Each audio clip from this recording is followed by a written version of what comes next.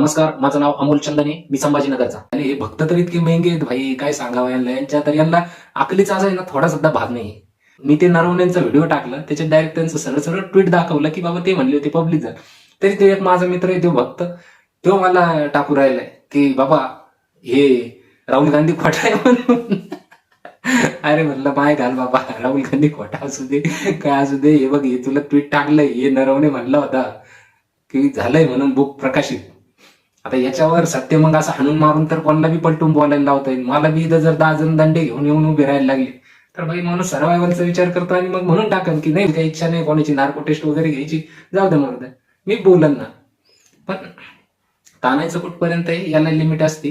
तर बाबा एखाद्या ठिकाणी जर ते आहे गलतीत सापडले, retired chief staff of army general Manoj Naravane, त्यांचं बुक होऊ द्या मग प्रदर्शन त्यांचं मला पब्लिश होण्यापासून काय थांबवलंय? एवढी काय भीती तुम्हाला? त्याच्यातून काय गोष्टी अशा लीक होणार आहे का? चायना हमला करणार आहे का आपल्यावर? चायना तर हमला करायचं काय, रणगाडा आपल्या भूमीत येऊन गेलाय चायनाचा, तरी तुम्ही म्हणले तुम जो उचित समजो वो करो. काय चाललंय? येड्याची जत्रा झाली, सगळे येड्या भोकाचे बसले राज्य करायला. एक बी शहाणं वाटत नाही मला तर यांच्यामध्ये. ते हार्दिक सिंग पुरी म्हणतो माझं एफस्टीनला भेटलो होतं म्हणे, पण मला त्याच्याकडून काय देशासाठी फायदा काढायचा. अरे, देशासाठी फायदा काढणार होत. अवघड सीन झालंय भाई. काहीतरी कन्स्ट्रक्टिव्ह करा रे या महाराष्ट्राला भाई, सुजलाम सुफलाम बनवा, काहीतरी असं कन्स्ट्रक्टिव्ह करा. एज्युकेशन पॉलिसी आणा खतरनाक वाली, जिथून भाई ब्राईट स्टुडंट बाहेर पडले पाहिजे, जगाला चॅलेंज करणारे अशा आणा. सोशल मीडिया कंट्रोल करण्याची पॉलिसी आणा ना. ते काय म्हणे हिंदी भाषा लादा, ही भाषा, अरे कोणती भाषा काहीतरी आणा. मराठीमध्ये एकदा नॉलेज उपलब्ध करून द्या. आधी राज्यसेवा डिस्क्रिप्टिव्ह करून टाकली. एनसीआरटीचे पुस्तकं मराठीमध्ये ट्रान्सलेट तुमचा बाप करीन का मग? हे महाराष्ट्र शिक्षण प्रसारक मंडळाचं किंवा मग ते आपले याचं काम नाही का, बोर्डाचं काम नाही का बाबा निदान पुस्तकं ट्रान्सलेट तरी करावं. निदान शिकवती नीट नाही तर पुस्तकं तर ट्रान्सलेट करा ना बाबा, नाही एमपीएससीच्या पोरांसाठी. पण ते पण नाही, पुस्तकं ट्रान्सलेट नाही करा अभ्यास डिस्क्रिप्टिव्ह मध्ये. मग आता ते पोरं इकडले तिकडले ते निराली प्रकाशनचे याचे त्याचे पुस्तकं वापरत बसतील आणि पुन्हा त्यांना ते लॉजिकल आन्सर देता येणार नाही. असे किती सारे ढेर सारे प्रॉब्लेम आहे ना भाई. शाळांमध्ये ड्रॉपआउट रेट वाढलाय, शाळा बंद होऊ राहिल्या.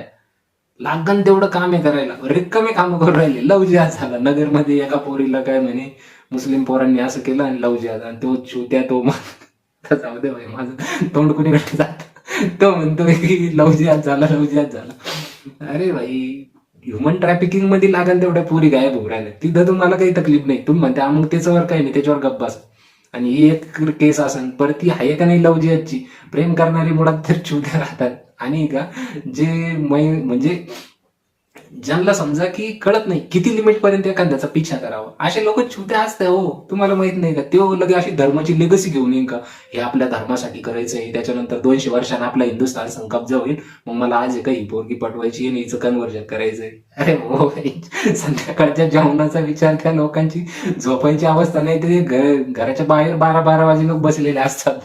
आपले बी त्यांची बी सेम अवस्था आहे. फक्त त्यांना वाटतं की भाई आम्ही एरियाचं रक्षण करू राहिलो, आम्ही मोहल्ल्याचे रक्षण करते, त्यांना ती फिलिंग येते. असलं काही नाही भाई. रिअल सोसायटीमध्ये उतरला ना तुम्हाला कळणार आहे भाई, हे काही नाही हिंदू राष्ट्र आणि हिंदू मुस्लिम काही नाही, सगळ्याची होते. आता इथं माझा मित्र होतो आलिम, तर भाई त्याचा चुलता त्याच्यावर केस टाकायचं म्हणून राहिलं जमिनीच्या वादावर. काय कोणाला गरज नाही भाई, त्यांच्यात ते बी लढते, आपण बी आपला भाऊबंद आपल्या संग भांडत. आणि आपण म्हणतो की हिंदूंनी एक व्हायला पाहिजे, हिंदूंनो एक व्हा. आणि चुलत्या संघ तुझे बांधावून भांडणं, चुलत्याला तू पावडा देईना, कुऱ्हाड देईना, हे तुमच्या लायकी आहेत. चुलत्याच्या घडी गाडी घेतली तुमचं पोट दुखायला लागत. कशाला हिंदू राष्ट्राचे स्वप्न बघ. ग्रामीण भागातल्या लोकांच्या पोरांना तर एवढं कडकन भाई, इतका कंड आयुष्यामध्ये निस्ते सटसट करायले. काहीतरी लॉजिकल करा रे भाई. मला काही अशा गोष्टीचा विचार केला का आता हसू येतं. आणि मला अंधभक्त ज्यावेळेस बोलते ना त्यावेळेस मला एक्स्ट्रीम लेवलचं हसू येतं. ये खेळ पुराना हो चुका है और हमने बहुत भक्तों को पेला है. तर काही त्यांचे क्वेश्चन लई ऑर्थोडॉक्सी राहतात, त्याचे उत्तर देऊन बसलेलो आहे आम्ही. पण जोपर्यंत लॉजिकली आपण विचार करणार नाही काही गोष्टींचा, काय माहिती का, ह्युमनच्या जो डोक्याचा हा भाग आहे, तर याच्यामध्ये पाठीमागचा जो वरचा भाग आहे, तर इथं असते लिम्बिक सिस्टीम आणि इथं असतं प्री फ्रंटल कॉर्टेक्स. तर प्री फ्रंटल कॉर्टेक्सने जे लोक विचार करतात मोस्ट ऑफ द टाइम ते लिबरल असतात. ते नवीन गोष्टी ऍक्सेप्ट करायला एकदम सहज असतात. आणि जे लिम्बिक सिस्टीमचा वापर करतात का, त्यांना तुम्ही कॅम्प्युटरवर बसवा, ते लिंक शोधून काढतील की कम्प्युटर महाभारतामध्ये होता. दिस इज कॉल्ड लिम्बिक सिस्टीम. तर हा फरक आहे. तर भाई जी गोष्ट चुकीची आहे तिला चूक म्हणायला तुम्हाला प्री फ्रंटल कॉर्टेक्स मदत करतं. लिम्बिक सिस्टीम त्याचे रिझन देते. लिम्बिक सिस्टीम म्हणते नाही ते तसं योग्य आहे, असं योग्य आहे.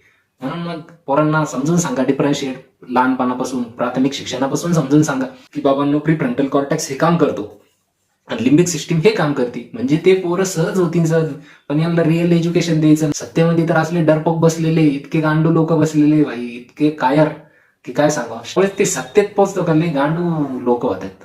आणि आधी नव्हते होता, हे गांडू हे तुम्हाला म्हणायचंय भाई. आधीचे किती राज्यकर्ते आले भाई ओपनली.